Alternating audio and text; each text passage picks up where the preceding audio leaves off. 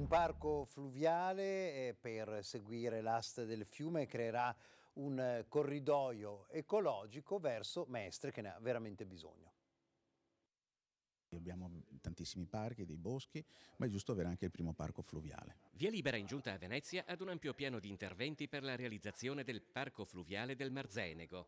La delibera del progetto, che comprende tutta l'asta del fiume, parte ora per un viaggio di circa un anno che comprende la discussione in commissione consiliare nelle municipalità, il consiglio comunale, la valutazione ambientale strategica e quindi nuovamente il consiglio per l'ultima approvazione. È un parco fluviale che parte dal centro della città, non è in una parte periferica.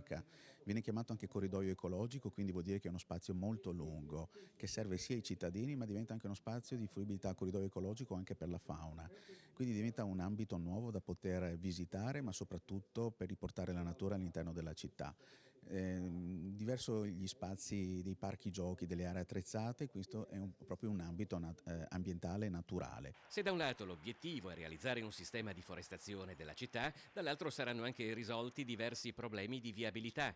Lo snodo della Gazzera sarà collegato con la tangenziale, sarà completato il raccordo viario Brendole-Castellana per portare a compimento la linea del sistema ferroviario metropolitano regionale e sarà anche realizzato un collegamento tra la rotatoria milanese e il parcheggio scambiatore di via Montagnola. Si aprirà infine anche una serie di ragionamenti coi privati per il disinquinamento delle acque, per cui il collegamento delle case alle fognature, dove possibile, e la verifica di fosse biologiche adeguate alla pulizia delle acque dovrà valere lungo l'intero fiume. Diversi di questi terreni sono privati.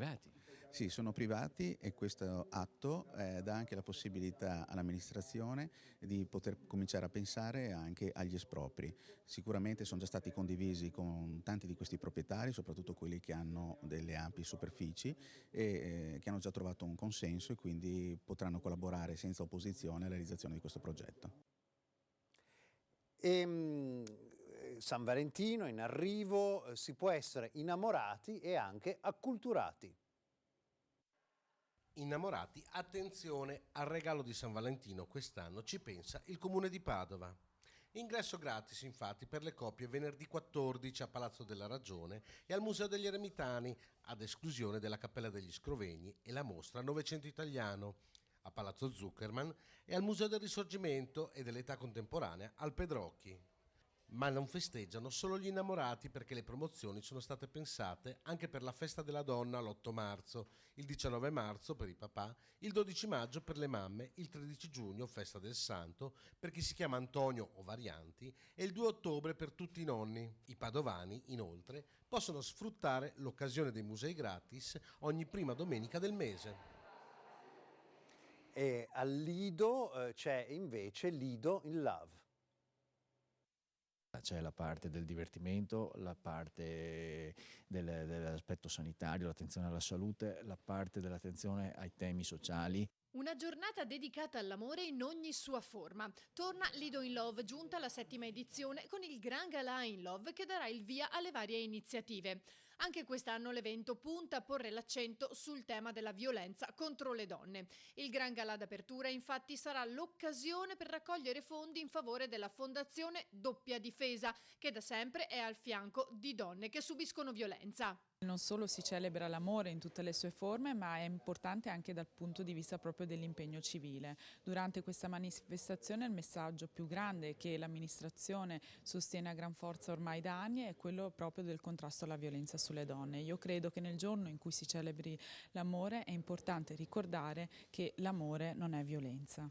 Alle 5 ci sarà il flash mob che c'è in tutto il mondo, dove verrà ballata una canzone contro la violenza sulle donne per richiamare questo tema e far riflettere sul punto, perché è decisamente importante dal momento che le cose un po' cambino, si cerca di lavorare soprattutto sui giovani, la speranza è che vengano molti ragazzi. Tra le varie iniziative, il Bus del Cuore, che con la collaborazione della Croce Rossa offrirà un servizio di controllo dell'attività cardiaca a chi vorrà salire a bordo, e il Selfie in Love, che dà la possibilità di scattarsi una foto sotto una grande cornice rossa che guarda proprio verso la laguna, o ancora il Love in Tour in sella a un cavallo, un evento che è possibile organizzare grazie all'impegno di Proloco e Consorzio Venezia Lido. Continuamente organizzano questi eventi che danno vita al Lido tutto l'anno, che consentono di dare visibilità, di dare un qualcosa di più ai cittadini, di dare un qualcosa di più ai visitatori, in un ambito ben più ampio di quello che è la ristretta stagione delle spiagge. Grazie per averci seguito e una buona serata.